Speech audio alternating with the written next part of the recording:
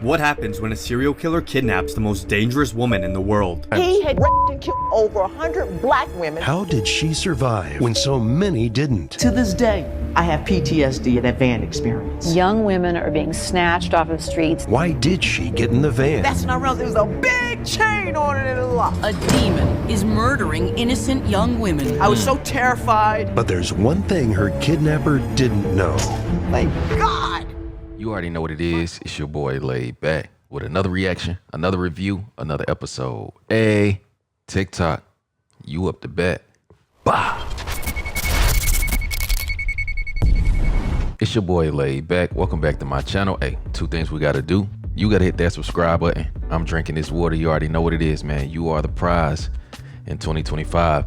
You are the prize in 2025. Make sure you hit the like button. Make sure you hit the notification bell. Stay up to date with all the videos. And make sure you cop the merch, man. It just came out. Shit is fire. Best design so far, man. Best design so far.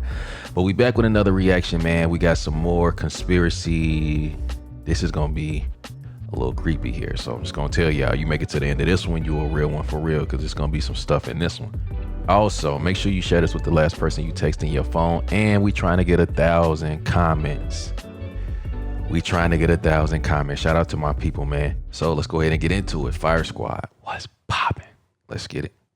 Have one of those cases where you just get more and more shocked as you learn more and more, because this is one of those. I recently did a podcast episode on the National Forest serial killer, and I could not believe the details of this case, so let's get into it. On January 4th, 2018, a clerk at a gas station in DeKalb County, Georgia, called police saying that a man cleaning out his van at the gas station was somebody he had seen on the news as a person of interest in the case of a missing woman. That man was Gary Hilton, and while at first he was only identified as a person of interest in the disappearance of Meredith Emerson, he ended up being convicted of 4 murders and suspected of many, many more. Whoa. So on January 1st, 2008, 24-year-old Meredith Emerson went hiking on Blood Mountain in Georgia with her black lab, Ella. When she wasn't home that night, her friends started worrying, and by the next day, they knew something was wrong, so they went looking for her and reported her missing. Unfortunately, though, she wasn't found, and what would happen over the next few days just escalated the worry more and more. Many witnesses reported seeing Meredith and her dog Ella hiking on the trail on Blood Mountain that day, and they reported seeing an older white man with her who also had a dog. Some witnesses reported that this man seemed to be keeping up with Meredith, while others reported that he was just in the area at the same time. Authorities started looking for this man who had a yellow raincoat on, a dog with him, and was driving a white van. Meanwhile, as they were investigating Meredith's disappearance, authorities in Georgia got a call from authorities in Florida. They said that the person of interest in Meredith's case sounded very similar to a suspect in another murder case that they were working on. 46-year-old Cheryl Dunlap had disappeared from Crawfordsville, Florida in December 2007.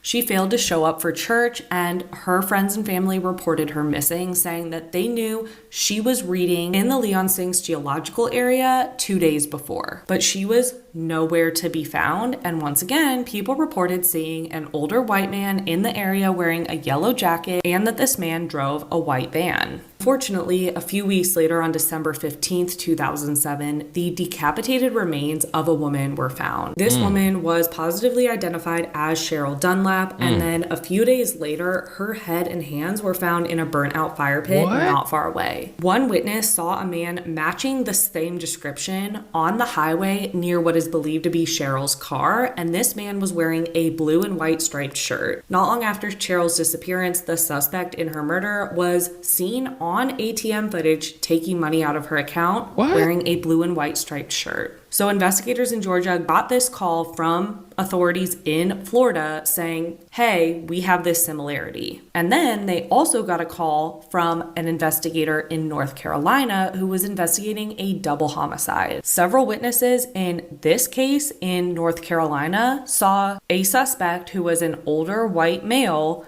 driving a white van with a dog, carrying a police baton, which the suspect in Meredith's case in Georgia had also had with him. In fact, that police baton was found near Meredith's water bottle on the trail. So it is believed that the suspect had used this police baton to somehow subdue Meredith. So because of the similarities, this investigator from North Carolina was calling investigators in Georgia to tell them about this other case. Avid hikers 80-year-old John or Jack Bryant and his wife 84-year-old Irene Bryant were going hiking in the Pisgah National Forest on October 21st, 2007. They simply vanished, and by 2 weeks later, when their family hadn't heard from them and they were not in their house, their son went to the forest to look for them because he knew that they liked to hike in that area. That's when they discovered the Bryant's car, and searches for them ensued. Not long after, about 150 feet from the car, Irene Bryant was found shot to death, covered in a shallow grave. Searches for John Bryant continued, but he actually wouldn't be found until after Meredith Emerson's death in early 2008, after this suspect had already been caught. But once again, this suspect had a police baton and used an ATM to withdraw money from the victim's account, just like with Meredith and just like with Cheryl. It's believed that all these cases were connected, but who was this suspect? After Meredith disappeared and police had this description of a suspect, they put out this description to the public. And somebody came forward saying, hey, that sounds like one of my former employees who was known to be aggressive. This former employee was Gary Michael Hilton. Hilton had a criminal record of petty crimes like theft and DUI. He also had been married 3 times, and he was known to be in the areas of Florida, Georgia, and North Carolina. He was quickly identified as the suspect, and a bolo was put out for him nationwide. And that's when the clerk at the gas station in Georgia recognized him vacuuming out his car at the gas station. Thankfully, this clerk recognized him and called 911, and authorities swiftly arrived and arrested him. They were charging him with the murder of Meredith Emerson, even though she had yet to be found. This was because when they searched his van, they found tons of forensic evidence, including blood belonging to Meredith. This included a jacket that she was believed to be wearing that had so much blood that it could be wrung out, and the medical examiner said nobody could survive that. Unfortunately, it was believed that she died just hours before Hilton was caught. Because they still hadn't found Meredith's body, prosecutors struck up a plea deal with Gary Hilton. They agreed to give him a sentence of life in prison instead of the death penalty if he led them to Meredith's body. He agreed, he led investigators, and Meredith unfortunately was found deceased. But thankfully, at least she was found, and now her family wouldn't have to go through a trial because he was pleading guilty. Hilton was ultimately convicted and sentenced to life in prison with the possibility of parole after 30 years. After he was convicted of Meredith's murder, Florida charged him with the murder of Cheryl Dunlap. Most of the evidence was circumstantial. In his van was some of Cheryl's blood and belongings. Additionally, beads from a bracelet that was known to be Cheryl's that were also found in her car were found in the fire pit where her head and hands were found. And in that same fire pit was a used cigarette butt that had DNA belonging to Hilton. So he was connected through forensic evidence to Cheryl's murder. Ultimately, he pleaded not guilty because he didn't think there was enough evidence, but the jury didn't buy it. They found him guilty of the murder of Cheryl Dunlap, and he was sentenced to death in Florida. So yes, he avoided the death penalty in Georgia, but not in Florida. Then North Carolina charged him with the murders of John and Irene Bryant.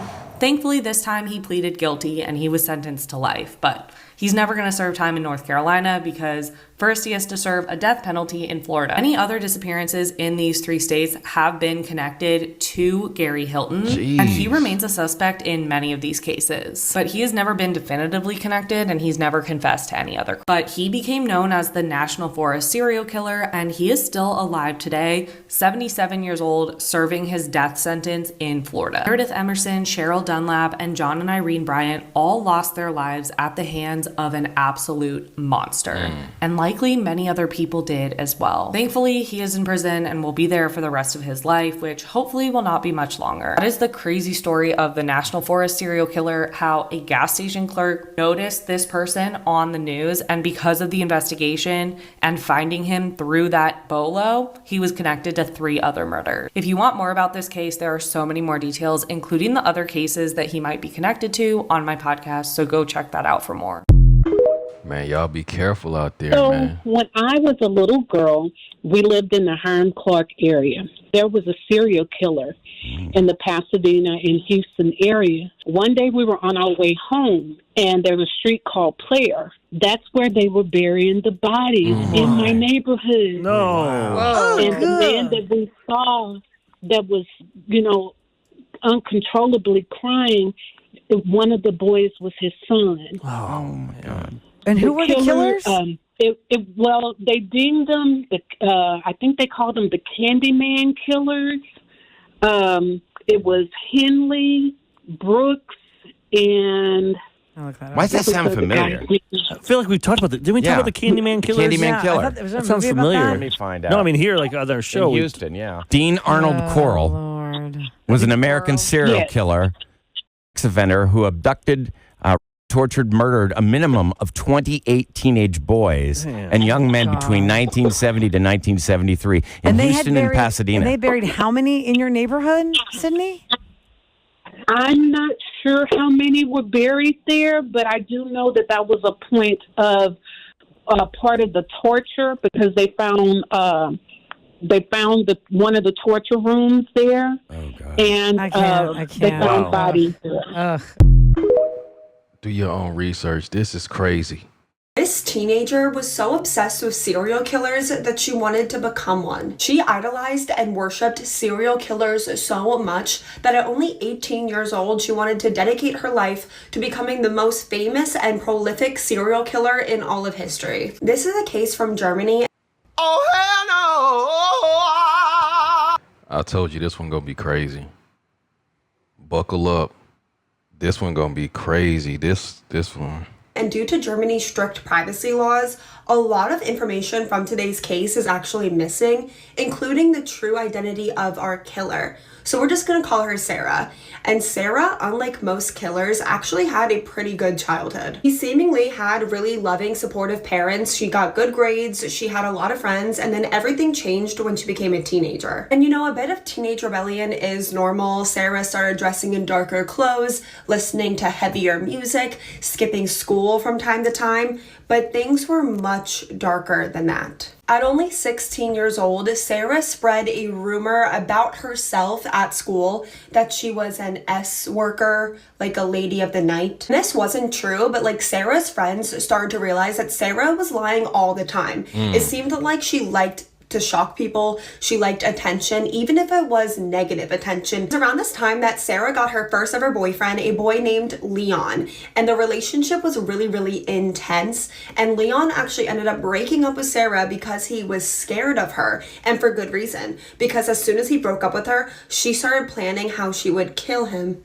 At this point, Sarah's interests, her life had gotten so dark and disturbing. Sarah became obsessed with serial killers, and I'm not talking about an interest in true crime or being fascinated with psychology. Sarah worshipped these serial killers. What? She idolized them. She was crushing on them like some serial killer fangirl, especially Richard Ramirez, the Night Stalker. He was the background on her phone, and also she had posters of him and Ted Bundy covering her bedroom. What? And at this point, she's 17 years old to early 18 years old, and I'm just wondering what her family, her parents, think about all this. Sarah began fantasizing about becoming a serial killer, but Sarah didn't want to be any serial killer. She wanted to be the most famous and prolific of all time. Sarah wanted to have more victims than any other serial killer in history. And she began Googling how she was going to do that. What? She literally made a Google search that said,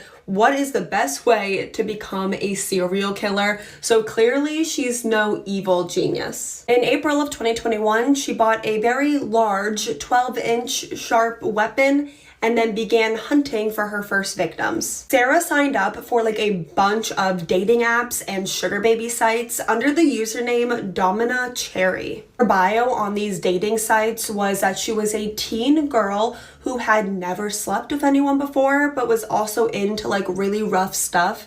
And she planned to meet a bunch of men this way because at this point she decided she really just hated men and wanted to kill all men after her breakup with Leon. And she planned to meet men this way and then lure them into a secluded area where she would end their lives. Because of the certain bio that Domina Cherry chose for her dating sites and her sugar baby sites, she started getting a lot of attention. She actually got over 220 messages from men on these sites in less than 3 days. Sarah had a date planned for May 3rd, May 4th, and May 5th, with the plan to kill each man on each date 3 days in a row.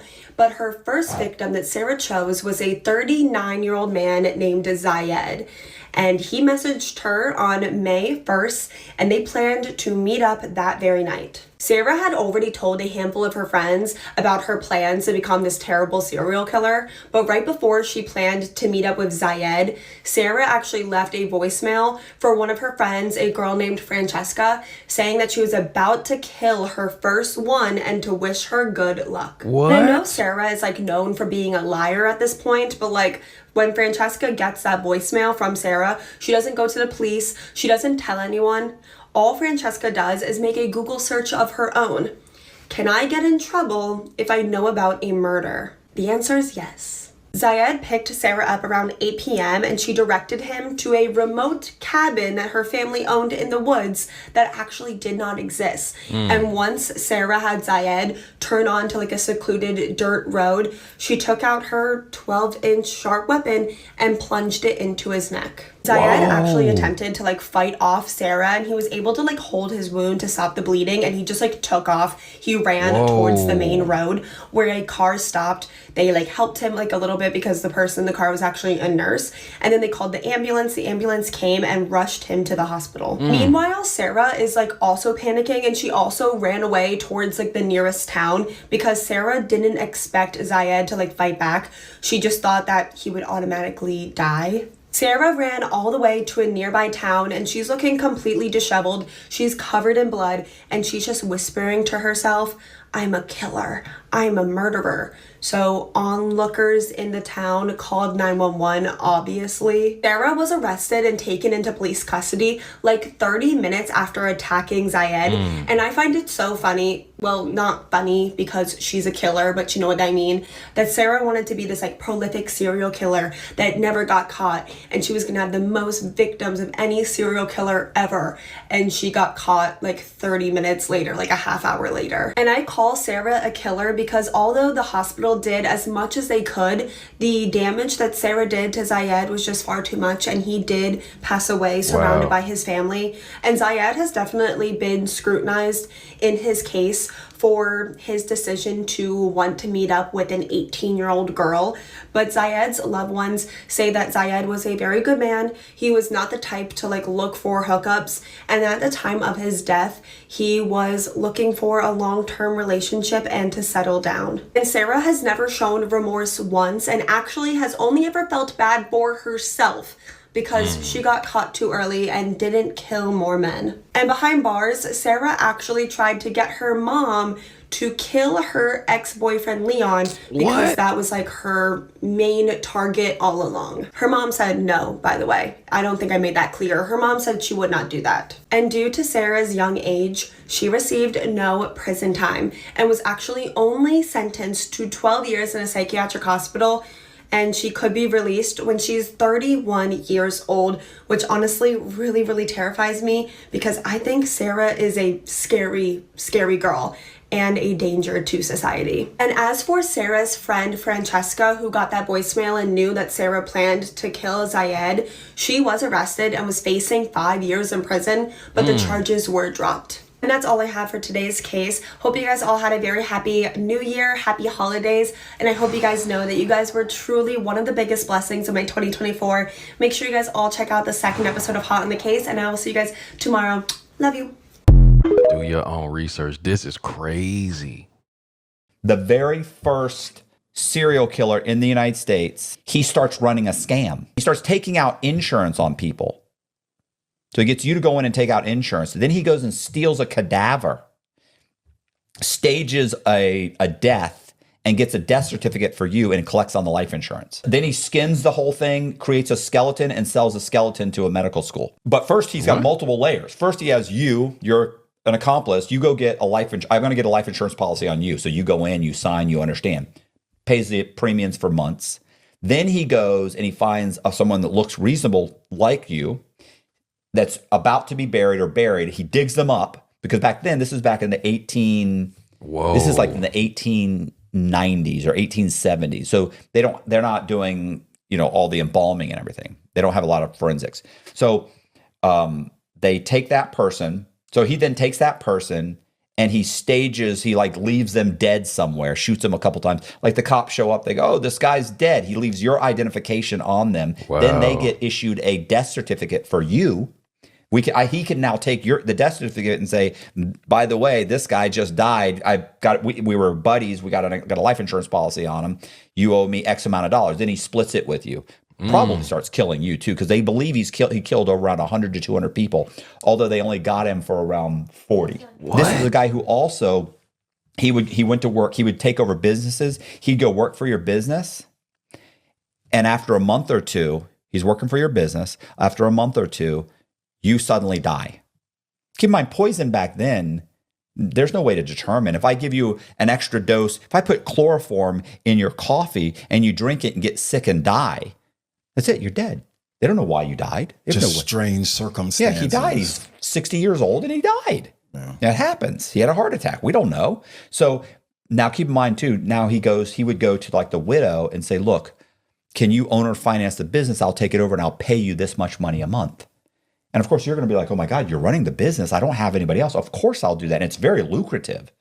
Then once everything's signed over to him, you disappear. They don't find your body or anything. You just disappear.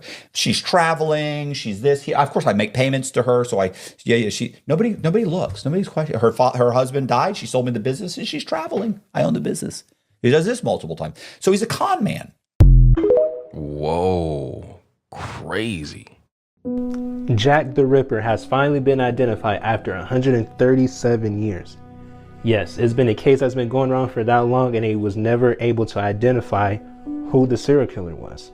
Let's dive into it.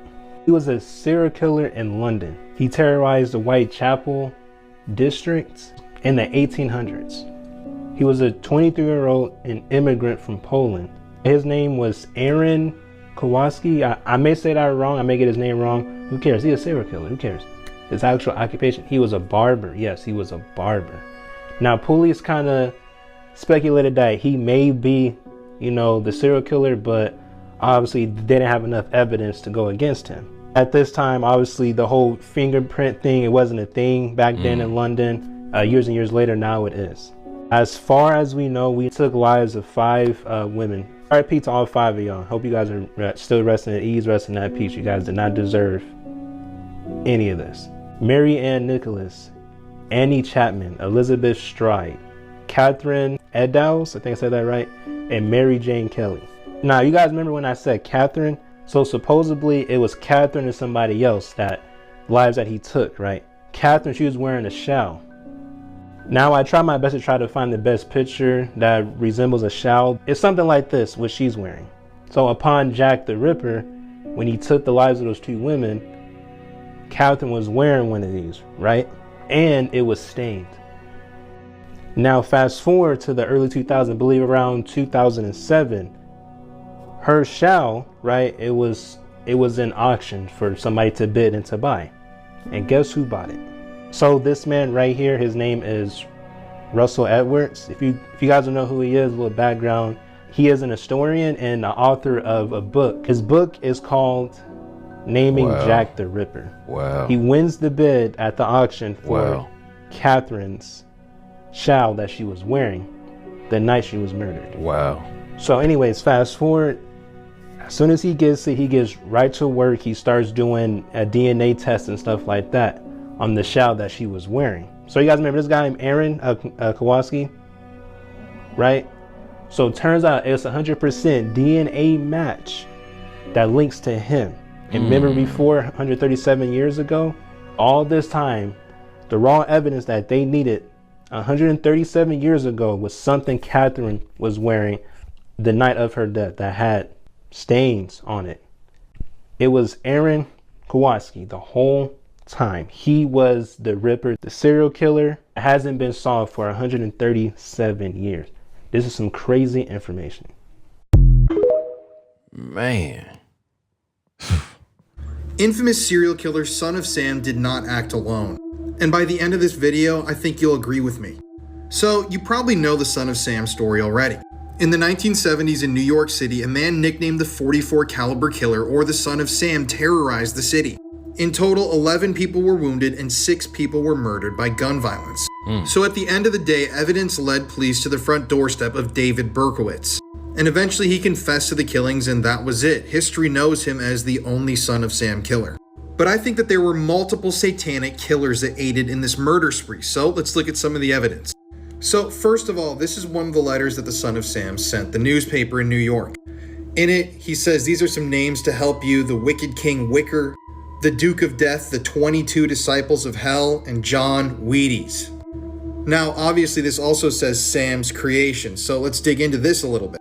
So this is Sam Carr. He lived really close to where Berkowitz lived, and David Berkowitz claimed that it was Sam's dog that instructed him to murder people. What? In some of the letters, David Berkowitz claims that Sam keeps him chained in the attic and says a lot of stuff about Sam himself. Now, what's interesting is that Sam Carr was actually known by people who lived in the area and police officers to be a very abusive man. He was known to have abused his sons. And now let's talk right here about John Wheaties. This is John, who people presume Son of Sam was talking about in that letter. John Wheat Carr. John Carr was Sam Carr's son. He lived in the same house, and he was allegedly a part of the satanic cult that David Berkowitz also belonged to. Now, one thing people always point out about the Son of Sam killings is that a lot of the sketches of the shooters just don't match up to David Berkowitz. But a lot of people point out that some of them eerily resemble John Carr himself.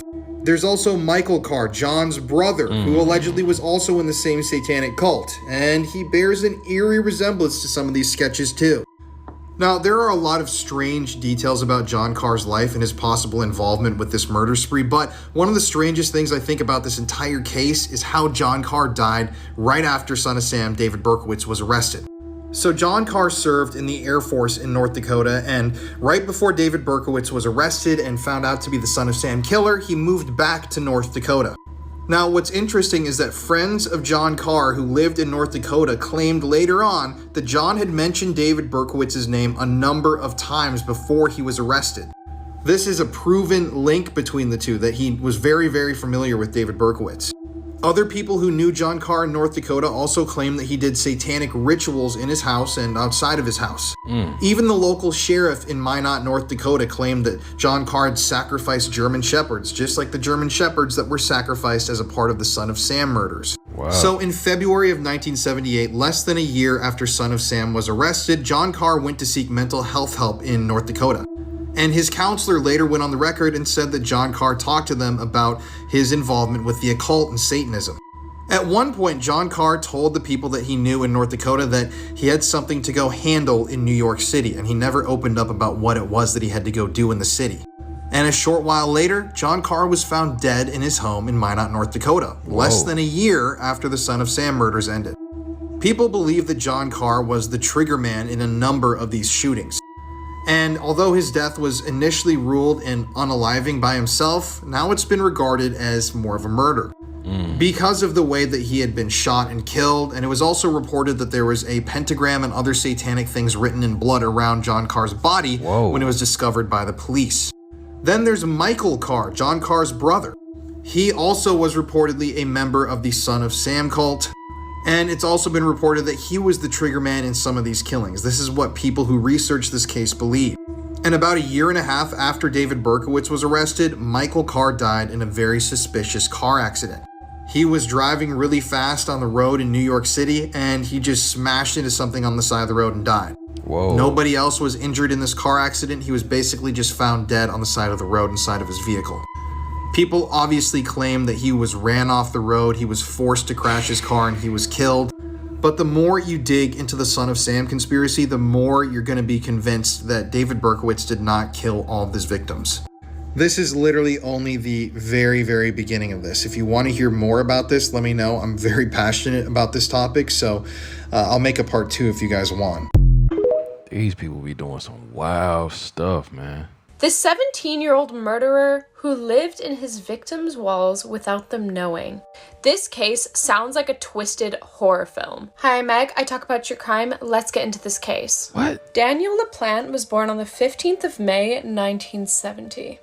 And he did not have the best She's about to do upbringing. her makeup. His mother saw him as like a golden child and ignored all of the warning signs. And he was also abused by many adults in his life, including his father, stepfather, and his psychiatrist. What? As he grew into a teenager, he was very troubled, and people knew this. People he went to school with in Massachusetts thought that he was really creepy. Something just didn't seem right with him. When he was only 16, he found his first family to torment. This family was the Bowens, and it consisted of a father and his 2 daughters. The Bowens had recently lost their mother, which was obviously super traumatizing. And it just makes everything that Daniel did so much worse. Daniel started hiding in their walls. And he did this for nearly an entire year undetected. What? At first, they think that he did it to start spying on one of the daughters, but it turned super sinister really quick. He learned that their mother had died, so he started messing with them. He started making the family think that they were being haunted. He would move things around, break things, all of the above. And this poor family was terrified. And they had just lost their mother. Mr. Bowen was actually the one who discovered that he was there. He was actually hiding in one of the wardrobes, and when Mr. Bowen opened it, Daniel was just in there with a machete. He got away, but the police were called. And he did in fact return to the house a few times. Mr. Bowen, one day when he was coming home, saw him through the window smiling at him. The police were obviously called, and when they showed up, they walked into the home. There was a knife stabbed into one of the family pictures that said, "I'm still here, come find me, I'm gonna kill you all." Whoa. I think this is when the police actually started believing the family. That's when the police discovered a tiny space that you could fit between in the walls. And that's where they found Daniel and arrested him for the first time. He was arrested and put in a juvenile facility. And eventually he was moved into an adult jail, but his mother ended up paying his bail. By the time she paid his bail, he was 17 and he was released awaiting trial, and this was the biggest mistake anybody could have made. Because what happened next was just... a case has never made me feel like this. It's just so disgusting and sad what he did next. Less than a week after Daniel was released, he broke into another home and stole some of their guns. He also stole some money. His parents would end up finding these guns that he stole, but he convinced them that he had them the whole time and he bought them way before he went to jail the first time. And they believed him. I don't know why. And that's when he decided which family to target next. Whoa. November 16th, 1987, he broke into the home of the Gustafsons for the first time. He stole a few, random things just to make them aware that someone was there. He then asked his brother if he could have some bullets because he wanted to melt them, like some sort of art project. And his brother actually ended up giving him these bullets. Little did the brother know that those bullets would end up taking the lives of 3 people. Whoa. December 1st, 1987, he entered their home again. This time he had a gun, and it was loaded. 33-year-old Priscilla Gustafson was arriving home with her son. He was only 5, and his name was William. She had no idea when entering her home that there was somebody else in there. That's when Daniel suddenly jumped out and forced them both into one of the rooms. He made 5-year-old William get into the closet. Trigger warning, this next part is probably I've never felt like this about a case. It really got me. Daniel tied Priscilla to the bed and then SA'd her. He then pressed a pillow to her head and shot her. Whoa. He then dragged 5-year-old William to the bathroom and put him in the bath. He proceeded to drown that poor innocent boy. And just when Daniel thought he was finished at the crime scene, the front door opened. It was Priscilla's 7-year-old daughter, Abigail, coming home from school. He did the same thing to Abigail that he did to her brother. And not that it matters, but I can't find for the life of me, why he did it. I feel like a lot of people who do horrible crimes like this usually have a reason, and maybe it's because the kids were happy, it was a happy family, and he didn't have that. There was one remaining member of the Gustafson family, and that was the father, Andrew. When he got home from work, he walked in to a very eerily quiet home. And when you have kids that young, you never walk into a quiet home. Andrew had to discover his wife and 2 kids dead. He was the only member left alive because Daniel had left at that point. The part of the story that really gets me is that, like, it was December 1st, all the Christmas decorations were up. He had to pass the Christmas tree, the stockings, and then find his entire family murdered because of a 17-year-old boy.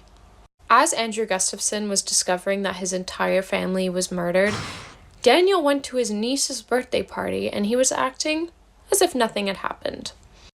He was 17 years old. It's just like completely baffling.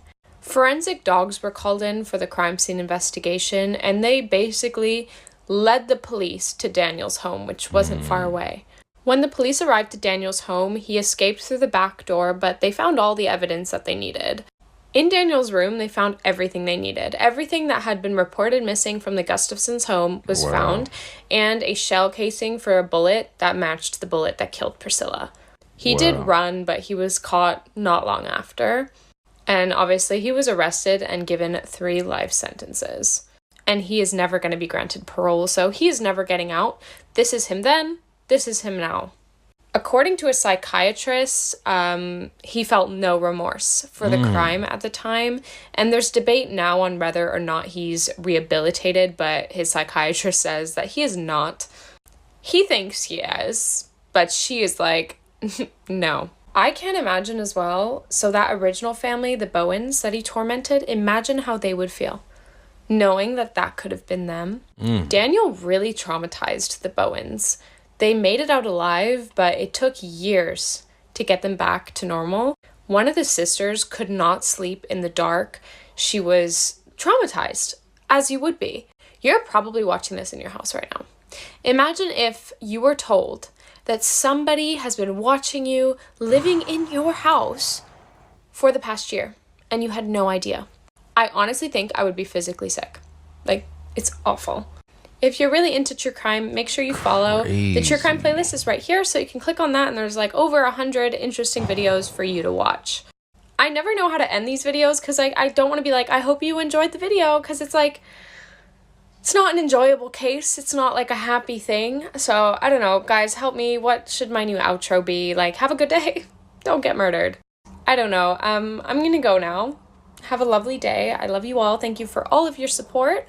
And make sure you like, comment, favorite, share the video, because I work really, really hard on these videos, so I'd really appreciate it. I love you all. Have an amazing day. See you later. Bye. Crazy. Because everyone's talking about the possible serial killer in Grand Junction, Colorado, let me tell you about one of their most infamous murder cases. The Blaggs were a picture-perfect family of born-again Christians until November 13th, 2001, when Michael came home to a pool of blood, his wife Jennifer and 6-year-old daughter Abby missing. The back door was left open, Jennifer's purse was spilled out on the floor, and her jewelry was missing. But when authorities looked at the crime scene, something was off. If a stranger had broken into their home, why would they leave items of value behind, like guns and cash? And why would they move the bodies in Jennifer's van and return it to the family's garage? In May the following year, investigators start digging through the Mesa County landfill, and after removing 3,000 tons of trash, they find the mummified remains of Jennifer Blagg, wrapped in a tent and surrounded by trash from her husband's workplace. Michael was convicted for only his wife's murder in 2004, but 13 years later, he got a second shot at freedom. It turns out a juror lied on her questionnaire about being a victim of DV. In 2018, he got the same result, life in prison without the possibility of parole. And despite being convicted twice, he refuses to reveal the location of his 6-year-old daughter, Abby. It's believed her remains are still deep in the Mesa County landfill. Bro, these people be crazy. There was a serial killer in the 70s. He only killed women. He would brutally attack them, he would rape them, and then he would kill them. He tried to do this to a teenage runaway, and thankfully her survival instincts kicked in. She tricked him, and he believed her, and she called the cops on him. He was in jail. He was awaiting trial. They said, you know what, bud? You are not a threat to society. We're going to let you out. Come on, here's some bail. So he gets out on bail. Additional 2 more women he kills almost immediately. At the end of his killing spree, they think that he killed about 130 women. And not to mention, other women came forward, like friends of the victims. They tried to turn this guy in, and they didn't believe him. They didn't do anything. He was even on a talk show. So I don't ever want to hear anybody say, why didn't you come forward? Well, usually we are, and you guys just aren't believing us. On a talk show? This is a really creepy story, and it's just unfolding in South Korea right now. There were a pair of women's shoes that seemed to be pretty hard to get, but only 12 boutiques in all of South Korea sold this particular woman's shoe. Maybe this was even like a selling point for the buyers. It seemed like a good purchase until every single one of those women, they get a phone call from the police. And it was strange. The police called and asked, hi, is this so-and-so? Did you buy the shoes at this blank boutique? Yeah. How did you know where I bought it? The police told the woman, you're not in trouble. We're just investigating a case, and we need to make sure that you're alive and well. These same women would later turn on the news and find out that the police were investigating a serial killer, and that killer had a pair of these exact shoes in his apartment, and the police suspected it belonged to a victim. The police also found a dead body shoved and locked into his apartment closet. It's just so freaky. Like, a lot of people have been talking about this in South Korea because it would freak me out too. I don't know if I could ever even wear those same shoes ever again. Could you? Bro, what the hell is going on? I seen this story about this guy that people started calling him, and it's gonna kind of sound funny, they started calling him Charlie Chop-Off. Charlie Chop-Off. Yeah, bro. And this happened in around like the 1970s in Manhattan, New York, bro. So this guy around the 1970s, he was targeting kids, bro, like to the next. He was just targeting hella kids. So the first victim they found was an 8-year-old boy. He was stabbed 38 times. Holy shit. On some crazy shit, yeah. The dude kid? stabbed him. The kid was stabbed 38 times by this guy. The police ended up finding his body. Bro, this is the weirdest part. When they found his body, his were partially cut off. Ooh.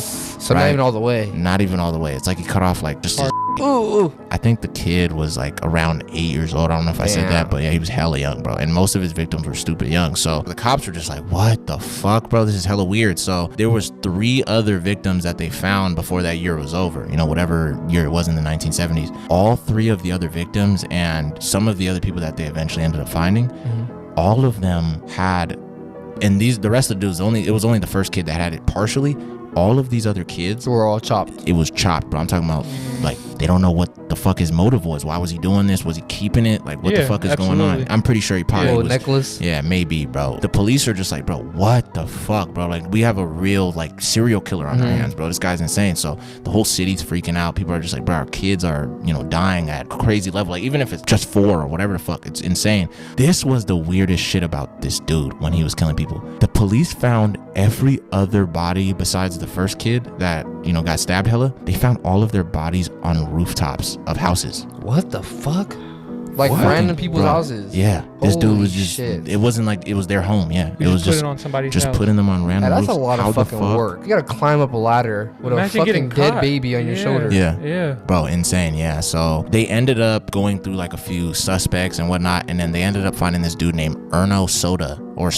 This dude, bro, I ain't gonna lie, it damn near looked like it's you, bro. Yeah. Right? When they caught him, they took him in. They're asking him all these questions. He was like a really weird guy. That's how they described him. And when they're asking him a lot of these questions, the dude just didn't seem like he was taking it serious. So they were just like, bro, it has to be this guy. But bro, later, I think in 1980, because they were just kind of going back and forth trying to figure out like, okay, we're gonna keep this dude and still try to find other people that might, you know, fit this description or whatever the fuck way better. He ends up walking free in 1980. Like, they have to end up letting this dude go because they didn't have enough evidence, bro, which is fucking insane. So at that time, bro, they basically, what I can't even say at that time ever, They never don't find out who Charlie Chop-Off is, bro. They just ended up coining this name for him, and bro, and they don't even know. Old boy was Charlie Chop-Off? Erno? Yeah. I think he was. I'm gonna keep it a buck. The way that they were saying, like, bro, how can you not care? How can, like, anybody sitting there telling me, even if I'm 100% fucking innocent, if somebody pulls me into a police station and says, shows me pictures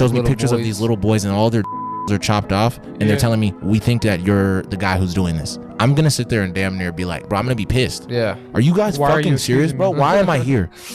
Why the fuck did y'all bring me in here, bro? For real, showing me this crazy shit, bro. And he was just like, yep. And he was just like, But yeah, they ended up never finding out who this guy was, though. But I was just like, bro, what the fuck? Why were you just leaving them on roofs? Bro, these people are crazy. A serial killer so awful, they asked Ted Bundy for help capturing him. Gary Ridgway, or the Green River Killer, is thought to be the worst serial killer in American history. He preyed on vulnerable young women, targeting adult workers, but most of his victims were actually just teen runaways as young as 14 or 15 years old. Like his one victim, Deborah Esty, who ran away from home when she was 14 because she was being essayed by her own father. After she ran away, she was then attacked and essayed by a serial R-worder that was also on the loose at the time. She reported this attack to the police, who afterwards dropped her back off at the motel that she was staying at, and within minutes of them dropping her off, she was kidnapped by Gary, who essayed and unalived her. God. She was only 15 years old. I don't think I'll ever get her story out of my head. It's been reported that Gary has an extremely low IQ, but he's extremely calculated. Like, for instance, Gary would leave cigarette butts with other people's DNA on them around like his victims' bodies to throw off the police. And when Gary was eventually on the police's radar, he was able to pass multiple lie detector tests. Gary Ridgway was attacking and unaliving so many women that at some points they were finding 2 to 3 bodies a week. Gary Ridgway was eventually caught after being on the police's radar for over a decade. The DNA that eventually got Gary, the police had in their custody for over 14 years, but they just couldn't get a match on it because DNA testing just wasn't what it is now. Gary Ridgway did go on to confess to unaliving all 49 women and girls' bodies that they found, but claims there's at least 20 more out there that they just haven't found yet. I don't know if there's a case out there that scares me as much as Gary Ridgway, the Green River Killer. In the comments, let me know what case you'd want to see me cover next, especially if it's a case that really keeps you up at night. Bro, this stuff is next level. 5 disturbing facts about serial killer Eileen Wuornos. She shares a birthday with Richard Ramirez, February 29th. She at one time said all of her murders were self-defense. And her first victim was a convicted offender. She killed older men fitting the grandfather archetype, which brings us to fact 3. Her grandfather at the very least beat her as a child, but she also claimed that he essayed her before giving her to his friends. She started selling her body for money as young as 11 years old. A lot of violent offenders experience severe childhood trauma, and her father, who she'd never met, was a schizophrenic who went on to commit violent crimes against children. After she was convicted, she sat on Florida's death row for 10 years. In 2001, she petitioned the court to speed up her execution, adding that she was being attacked by a sonic weapon. I've seen a lot of people on here defend Eileen or say that she did nothing wrong, and I can't fully side with that. I do sympathize for everything she went through as a child, but a lot of serial killers have traumatic childhoods. In the end, she did end people's lives as well as rob them. Keep any comments respectful and follow for more. What happens when a serial killer kidnaps the most dangerous woman in the world? He had raped and killed over 100 black women. How did she survive when so many didn't? To this day, I have PTSD and that van experience. Young women are being snatched off of streets. Why did she get in the van? That's not real. There was a big chain on it and a lock. A demon is murdering innocent young women. I was so terrified. But there's one thing her kidnapper didn't know. Thank God! My uncles in Quiet Storm taught me how to fight. And what he would do, he'd take the keys. He locked the door, he put the key down behind him. He said, now here's the deal. Once you get past me and get the key and leave, that's how you earn your black belt. I got that close to that key, I can get that baby. I know I can. So I'll never forget that day when him and we went at it. Boom, boom, boom, boom, boom. I got the key, opened the door and walked out. I'll never forget him saying, now you've earned your black belt. Although she didn't realize what was waiting for her, as her training would become helpful a lot sooner than she expected. These girls had invited me to a domino game. So I go on down, we play dominoes around all these people that I don't know. They're constantly giving me drinks left and forth, but I don't drink. So dude says, I'll take you home. I took the ride. I get in, and I'll never forget when he shut the door. The sound of the door is what got me. He gets in, and we're driving along, and I say turn right, and he turns left. I say, yo, bro, you going the wrong way. He didn't say nothing. We get to this area. He's like, now let me just stick it in, then I'll take you home. And I said, no. And I was going around, no, absolutely not. And he says, let me stick it in. No. And then he went to swing, boom, and I blocked it and hit and ran to the back of the van. And that's when I realized there was a big chain on it and a lock. Then he said, oh, so you one of them fighting ones. Then he came at me. He tried to tackle me, and I grabbed the end of his shirt tail, swung him back, pulled him down over his pants. I stepped on his chest, and I grabbed his and I said, where the keys at, motherfucker? I unlocked the door, and I said, listen, when a bitch says no, she means no. And I walked him, bam! Then I left, and I had the keys, and I tossed them. That way he couldn't catch me. Major break in the search for a serial killer. He's accused of the most brutal crimes, at least 10 victims over a 25-year period. After DNA evidence, Lonnie Franklin Jr. was arrested. Surviving victim and boxer Fredia Gibbs was terrified to ever step foot in California again. That was until she got a call that she never expected. I get a phone call to fight for the world title. What do I do? And they say to me, you're gonna fight the most dangerous woman in the world. The most dangerous woman in the world? She must be tough. So I had to go to my mom. So they want me to fight the most dangerous woman in the world. My mom said, how the hell can she be the most dangerous woman in the world when I am? And she gave me a hug, saying to me, you are a star, and your job is to let the world know that you're a star. Here I am walking out to the arena, and I'm just keeping my eyes on the ring. I just kept my eyes on the ring. This one voice say, that's the black girl who came here to get knocked out. First round, bam, bam, bam. I gave a little something, let her know, hey, look, not tonight. Second round, she busted me up. Third round, we going at bam, bam, bam. And I saw myself fall. After going down, Fredia had to reach within her to stay motivated to keep going. Boom! You know that sound? Bam! She spit again. Bam! Just like that, it was over. After inspiring millions, an image was captured to remember this incredible moment in sporting history. Looked up, 8/16, my mama's birthday. My mom used to say to me, you got it in you, just don't know it. Somebody gonna have to wake it up. This is what this life is all about, because we all have a race to win. Wow, that was powerful. The murder of Jeffrey Dahmer is actually a very interesting story. This is Christopher Scarver, the man that killed Jeffrey Dahmer and another inmate. Christopher himself was already in prison for murdering someone during a robbery. And on the morning of November 28th, 1994, Christopher Scarver, while cleaning out the prison gymnasium with Jeffrey Dahmer, beat Jeffrey Dahmer and another prisoner named Jesse Anderson to death in the gymnasium area with an exercise bar.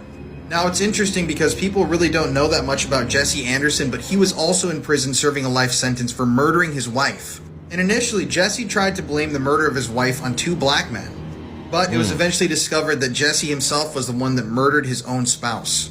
But this actually wasn't the first attempt on Jeffrey Dahmer's life. Earlier that year in 1994, Osvaldo DeRuthi tried to slash Jeffrey Dahmer's throat in the chapel after the church service that Sunday. Christopher Scarver claimed he killed Dahmer because he had unrepentant eyes and would make body parts out of his food. It was a shocking end to a shocking story. Crazy. This is the crazy story of the serial killer who murdered his victims and removed their breasts. Wayne Adam Ford was obsessed with female breasts and partook in a year-long cold-blooded murder spree in California. He married his first wife, Kelly Pletcher. Oh, hell no! I just had to put that one in there. This is crazy. But when things didn't work out due to his abuse and sick fantasies, she quickly asked for a divorce. Wayne later married another woman named Elizabeth, who then divorced him for the same reasons. He was always into very weird and questionable things, like he asked his wives to put a sheet over their bodies but only expose their breasts when being intimate. He also demanded that they take part in severe bondage, and he did a lot of creepy things like poke at their breasts with safety pins. Wayne began his murdering spree when his second marriage didn't work out. He began stalking his ex, and when he could not find her, he released his rage on random women he found on the street. On October 1997, Wayne strangled his first victim, he dismembered her body, and he kept some of it in his house and disposed of the rest in a nearby river. The next victim was a woman from Las Vegas, and her name was Tina Gibbs. Wayne sexually assaulted her, and then he strangled her, and then he revived her using CPR, and then he strangled her again and revived her, and he kept doing that over and over again until he couldn't revive her anymore. What? And she passed away. Wayne murdered one more time until he attacked his last victim, 29-year-old Patricia Tamiz, and when police found her body, she had one breast removed. On November 3rd in 1998, Wayne got super drunk and then called his brother Rodney and confessed to all the murders. His brother then told Wayne to go to authorities and tell him everything. The next day, Wayne walked into the police station and told them about all the murders he had committed. And then he goes into his pocket and pulls out a severed breast that belonged to Patricia. Police were extremely disturbed, but Wayne told them that he had committed these crimes out of hate for his ex-wife and that he had chosen to turn himself in because he was about to kill her soon and he didn't want his son to be an orphan. Wayne was arrested and charged with 4 counts of first-degree murder, and he was sentenced to death. He's smiling. He was smiling in the picture. Imagine you're a 74-year-old man with a dark past, but you left that life behind 30-something years ago and you just don't think you made any mistakes. You also didn't plan on advances in technology that would lead to that firm police knock on the door that startles you right the f*** out of that recliner. Joseph James D'Angelo got hired onto the police department in California in 1973, and that same year, while working at the burglary unit at the police department, he started breaking into homes. At first, he would just rummage through drawers, stealing small personal items. Nothing expensive even, it was just all about the thrill for him. But eventually that wasn't enough for him and he started assaulting women. A lot of the time he'd be breaking into couples' homes, and what he would do is he'd get the woman to tie her own husband or boyfriend up, and then he'd stack plates on top of the man and say that if he heard any rattling coming from the other room while he was assaulting the woman, then he would just kill everybody. Over the span of just a few years, he assaulted 50 women. At a certain point, D'Angelo just wanted to eliminate all risk of someone IDing him or a victim escaping. He'd had a couple of close calls, so he just started killing his victims. And he was committing all these crimes across many different counties in California because he knew that different police departments didn't share information with each other. They didn't know that the Visalia ransacker, the East Area rapist, or the Night Stalker were all one man. Something interesting happened in 1979. D'Angelo lost his job as a police officer because he was arrested for stealing a hammer and dog repellent from a drugstore. He got 6 months probation and they just let him quit the force and didn't really look into it. After that, he just continued killing undetected for years until all of a sudden in 1986, the killing just stopped. To neighbors, D'Angelo was just known as the old guy next door with anger issues. He once left a voice message on someone's answering machine saying that if you don't shut that dog up, I'll deliver a load of death. Investigators always wondered why he just stopped. Was he incarcerated somewhere? Was he dead? Were the nature of his crimes just becoming too difficult? Over the years, they had a few things to go on. They had a pretty good eyewitness description of him. They knew that he'd continued phoning victims for years after, all the way up until 2001, and they had creepy-ass voice messages that he left on people's answering machines. One thing that all the women he assaulted that lived to talk about it said was that there was something very distinguishing about his pee-pee. Let's just say that you couldn't miss it, but you could miss it. Aside from that, they had a small DNA sample that never matched anything until they tried something out of left field. They ran his DNA profile through an ancestry website called GED Match, where they were able to link him to some of his distant relatives on the site. They investigated a family tree outside the website until they got to Joseph, who fit the description and location of the killer. And that's when they got the search warrant to go through his trash and find a DNA sample. And after years of dead ends, they had their man. Wow. Here are some serial killer facts from the deep, dark depths of my brain. Jeffrey Dahmer didn't eat people with tattoos because he thought that it made the flesh taste funny, so should this be a unanimous opinion among all people who eat other people, here is your excuse to go get your next tattoo. This is Pee Wee Gaskins. Now, Pee Wee drove a hearse around that had a bumper sticker on it that said, "I haul dead people." Pee Wee, in fact, was hauling dead people around in his hearse, and the fucked up thing is he told his friends that that is what he used the hearse for, and nobody believed him. And he claims to have killed upwards of 110 people. Whoa. So, yeah. This dickhead, otherwise known as Richard Chase, otherwise known as the Vampire of Sacramento, would not attempt to break into people's homes whose doors were locked because he took it as a sign that he was not welcome. Lock your doors, girlies. Dennis Rader, also known as the BTK Killer, was a technician who installed security systems a lot of the time for people who were afraid of the BTK Killer breaking into their home. This twisted motherfucker, Ed Gein, is actually not a serial killer, as he was only convicted of 2 murders, but he did grave rob 9 graves, mutilate all 9 corpses, and made their body parts into various objects. One of those being a nipple belt. As tempting as it is, I'm telling you, don't fucking Google it. Yeah, we all know this guy, but did you know that Ted Bundy worked at a suicide hotline? Don't love that. Also, no, he's not hot, you sick fuck. So most serial killers have a lower than average IQ, which you think would be self-explanatory because you have to be some kind of weird dumbass to kill people, but at the same time it poses the question, how the fuck did some of them get away with it for so long? Now you may assume that serial killers are loners, but actually the majority of them have partners or families. So next time your partner goes out somewhere and you're worried about them cheating on you, now you have something else to worry about. And finally, around 70% of all known serial killers are American. So do with that information what you will. Wow. Today I googled which country has produced the most serial killers. And honestly, number 1 is insane. Right, in at number 5 is Italy. They have produced 97 serial killers. Finally getting mentioned in one of my lists, I see you comment section, is Canada at number 4 with 106. That's a staggering 0.29 per 100,000 people. Now number 3 is an unfortunate regular on all of my lists, South Africa with 117 murderous individuals. Wow. The runner-up is England with 166, with the most notable being the infamous Angel Maker. She killed almost 400 babies in the 19th century. I told you number 1 was insane, and I didn't lie because USA obliterates this list. They have a staggering 3,204 known serial killers, which is approximately 19 times more than the second highest. That means almost 1 in every 100,000 people is a serial killer in the US. What? You ever wondered why there aren't any more notorious serial killers? Hi, my name is Taylor. I am a second-year graduate student studying clinical forensic psychology. I have a different theory.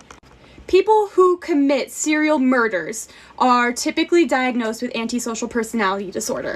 The DSM-5 outlines that people with this personality disorder, they're obviously severely impacted in their functioning. They're egocentric, they lack empathy. They're very hostile, they are very deceitful, and I can go into a lot more detail, but I want to get to the point. It is estimated by these researchers that 50% of all serious crimes are committed by people who are diagnosed or can be diagnosed with antisocial personality disorder. Those researchers also found that prison populations are comprised of a very high populace of people with antisocial personality disorder that meet the criteria for it. However, in the US population, only 1% meets or has been diagnosed with antisocial personality disorder. So why are there these really high numbers of people with antisocial personality disorder in prison, and it's estimated that 50% of all serious crimes are committed by people with antisocial personality disorder, but there's only 1% of the population that's been diagnosed? Well, the FBI estimates that there are 25 to 50 active serial killers in the United States that have not been caught yet. So it is my theory that there actually are a lot of serial killers and there are a lot of active people in the United States committing serial murders that meet diagnostic criteria for antisocial personality disorder, but they just haven't been caught. Bruh. This is probably the scariest interview with the serial. His name is Arthur Shawcross, and just watch. Do you remember killing her? Yeah, possibly. We're not going into details here. No, but how did you kill her? Probably strangulation. How do you know when they're dead? How? I don't know, just do.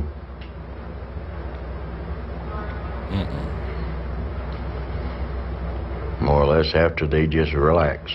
The body relax, doesn't fight no more. It only takes about 4 minutes, probably. Sometimes less than that. So he was an American serial de-lifer that targeted people in Rochester, New York. It started in 1972 and then went on for 25 years. What? Over those years, he took the lives of 13 individuals. And yes, we can all agree that his mannerisms and behavior in this video is very disturbing. Who should I cover next? Let me know in the comments below. 20 years, bro. Serial killers do kill random people, and the fact that they are people that the serial killer does not know. But yes, usually they target a specific group of people, whether it be by age, sex, something specific that a large group of people has. So lately, what's been going on in New England, it's been mostly women between the ages of like 30 and 50, which is kind of a wide gap, but some of the bodies are just remains and there's no way to figure out anything about them, the age, the gender, nothing. That's how long ago this crime was committed. But also with serial killers, they space out their murders. It's not like a killing spree with some random psycho in a shopping mall. They space out the kills and think about them. They take their time and figure out what they're going to do. They're very methodical. So these killings could have happened a year ago. Some of these people went missing back in August of 2024, and they just found their remains. And it's really horrible and sad. And I also want to address the people saying that I'm posting this for views. Like I've said before, yes, I am posting for views. I'm not posting on a social media for just myself to watch. I don't think anybody is. She kept it 100. All right, I got a guy on the phone who claims he's been killing prostitutes and he's wondering why he's doing it. So maybe he thinks I have an answer. Is this Ed? Ed? No, this isn't Ed. No. You haven't killed any prostitutes? No, I never said my name was Ed. Oh. Sorry. That's okay. What name do you use? You can call me Clay. Clay? Clay? Yes, Clay. Okay, Clay. So what happened? How many prostitutes have you killed? 12. And you're wondering why you do it? I have a pretty good idea. Why? Did your mom beat you? Did your mom spank you? Was your mom a prostitute? No. Actually, nothing like that. What is it then? I think I just do it for the sense of the power. All right. Do you have sex with them first? Yes, and then what, you strangle them? Once. How else did you kill them? Well, a few times, actually most times with a hammer. And where do you do this primarily? I've done it twice in a parking garage, and then the rest of the times on the side of the road. And you're from the New Orleans area? Yes. And how, I mean, what do you beat them to death with a hammer? Man. It usually only takes once, and Dude, you got to have a lot of anger in you. yes. And that means you're heartless. Did you used to kill small animals? No, I've killed a rat. Yeah. Dude, you're a serial killer. Yeah. Yeah. Wow. And you get away with it, I guess, because they're hookers, and so far nobody's... What? Is this Howard? Yeah. Hello? Hello? I didn't know this was Howard. Yeah, it's Howard. Of course. Yeah. Yeah. No, I've never killed a kitten. So how old were you when you killed your first woman? 16. And you must be a powerful kind of guy, big guy. I wasn't then. Right. And when you killed your first one, did you go in there knowing you were going to kill her, or it just sort of happened? I knew I really had it planned out. You know, I wanted to do the whole sending clues. Right. Oh, yeah, are you in... to baffle people, but it turned out no one noticed for a long time. Right. Like you killed her on the side of the road? That was the parking garage. Okay. And then what'd you do with the body? You dumped that somewhere? Yeah, actually. I think she's probably one of the ones that they found. Yeah. But let me ask you, so you were sending clues that you were going to do this? No, I was... he was going to doing that. He was going to leave like a note for the newspapers, and but you decided not to. He didn't want to be famous or draw attention to himself. But the problem is, That's what I wanted to do. But but you did, but no one noticed the clues. I never sent the clues. I never left anything. You know, I wanted to have my own little signature. Right. I wanted the thumb paint. Oh, with your thumbs. Oh, really? What do you want to do? Thumb paint with their thumbs. Thumb paint what, though? I don't know. Oh, anything. It was in a comic book a couple of years ago. Just seemed like a good idea. Like you take the girl you killed, you dip her thumbs in paint, and then you do like a thumb painting? Yes. On a piece of paper? Yeah. Now, after you kill somebody, do you play with the body?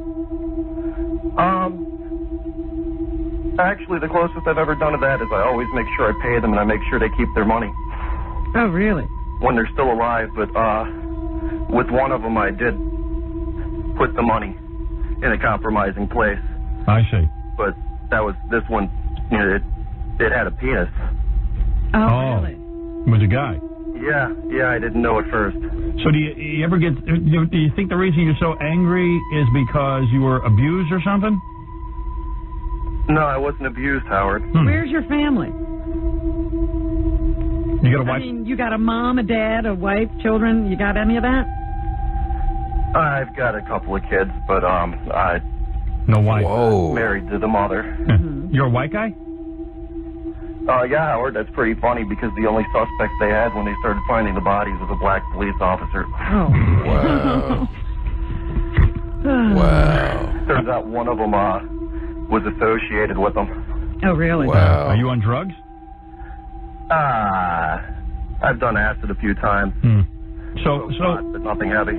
So after you killed the first 60-year-old, like you finished. No, I was 16. Oh, that's right. I'm sorry. She was. All right. So you finished with your sexual gratification, and then you. Not always, no. Not always. You don't even want to get laid sometimes. No, You just want to kill. I'm just bored. Right. But does killing sexually satisfy you in some way? I can't believe Ed McMahon's not laughing. I've eaten off thinking about it later. Yeah. What do you say? That's about it. He's pleasured himself thinking about. Bruh, this is some wild shit. Did you know that one of the youngest women ever put on death row buried her victims alive? Tiffany Cole grew up in Charleston in a very abusive, unstable childhood. Her mother was just awful. Her stepdad was a very violent, abusive man. One time he even threw a puppy at the wall and broke its neck. Whoa. When Tiffany was 16, her biological dad began to SA her. When she told her mom and her mom did not believe her, Tiffany ran away, only to return and move back in with her dad when he was diagnosed with terminal cancer, so she could be her dad's full-time caregiver. During this time, Tiffany got super close to the couple that lived next to her dad, and they were Carol and James Reggie Sumner. Carol and Reggie were a great couple. It was both of their second marriage. The couple actually dated back in high school but broke up when they were 16. Carol's first husband was a truly awful, abusive, violent man. One day he actually tried to kill Carol. He shot Carol multiple times before turning the weapon on himself. Miraculously, Carol survived, but in the hospital she was given a blood transfusion which gave her hepatitis C, which later resulted in cancer. And after all of these terrible things happened to Carol, she was just trying to recover and rebuild her life. She gets a new job at a call center for a cable network, and one day her ex-boyfriend from high school,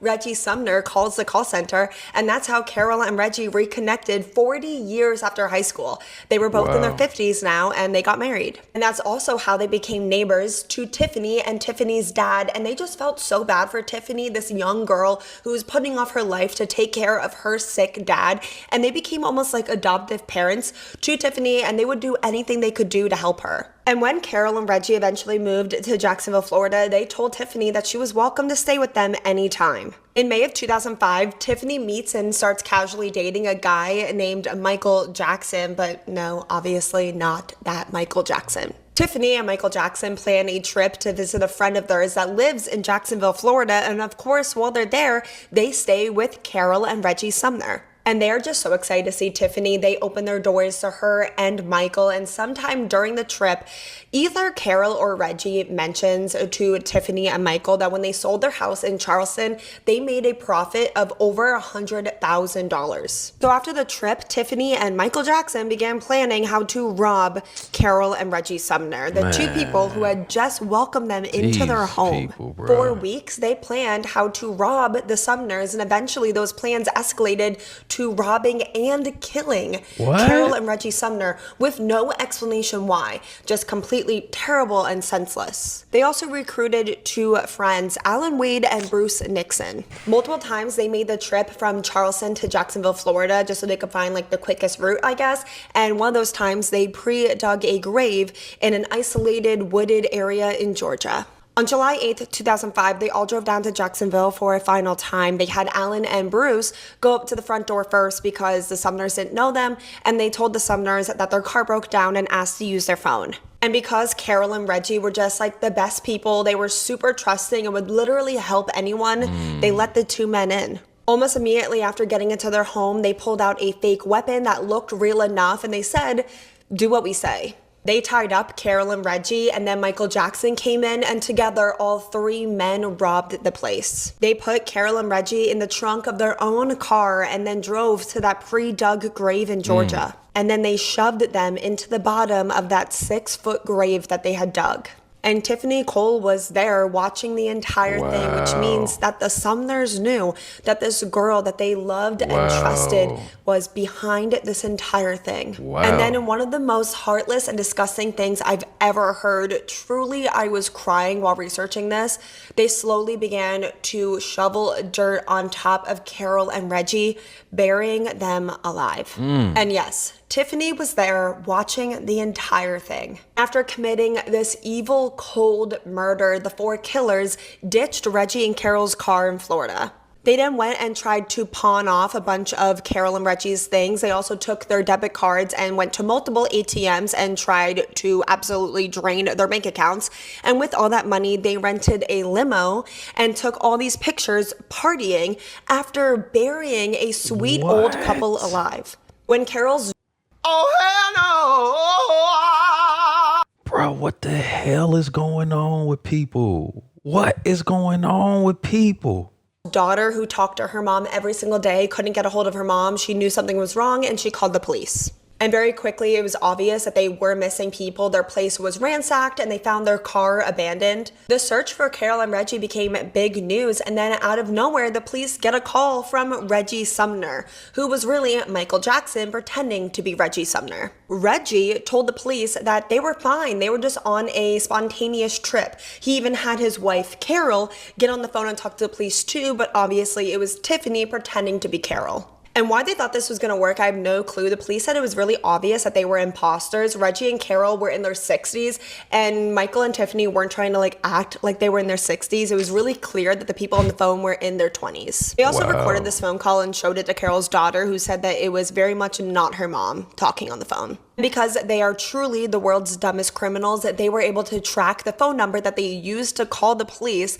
They were able to track Reggie and Carol's debit cards to the ATMs where they drained their bank accounts, and those ATMs had cameras, so they saw them on camera draining their bank accounts. Also on camera in the back was a rental car that Tiffany had rented that they were able to track back to Tiffany. And when they tracked them all down and arrested them, they literally had on them some of the stuff that they had stolen from Reggie and Carol, including their car keys and their debit cards. Bruce was the first one to crack. He confessed everything, including that they had buried them alive and even showed them where they could find their bodies. And when they found Carol and Reggie's bodies, they were hugging each other. Bruce pled guilty and was sentenced to 45 years in prison. Michael, Tiffany, and Alan all pled not guilty, but were given the death penalty. Michael was 25 years old, Tiffany was 25 years old, and Bruce and Alan were 20 years old. Tiffany Cole is one of the youngest women to ever be sentenced to death and be put on death row. But in 2017, all three of their death sentences were changed to life without the possibility of parole. Also, while behind bars, Alan Wade found love. He got married and also apparently had a baby, even though the prison that he was in didn't allow conjugal visits. So don't know if that was his baby, but he also became a reality TV star. Yep, he appeared in some reality show about finding love after lockup. And if you watched the end of this video, thank you so much for listening to Carol and James Reggie Sumner's story. It really means the world to me, and my heart truly goes out to any of the loved ones of Carol and Reggie. They seem to like really great people who truly deserved so much better. And if you watched the end of this video, please let me know somehow in the comments. Let me know all your thoughts on this case, all your thoughts on Tiffany, Michael Jackson, Bruce, and Alan. Let me know what case you want to see me cover next. And please be a good person to your fellow person. I will see you guys all tomorrow in my next video. Alright guys, that was another TikTok compilation. That was crazy. If you made it this far, I told you. If you made it this far, you a real one for real. Make sure you put that in the comments. Man, be careful out there. Be careful out there. Take care of yourself, man, and be careful. Till next time, self-love and positivity. Fire Squad, I got you when you know it. I don't even want to do the just self-love and positivity.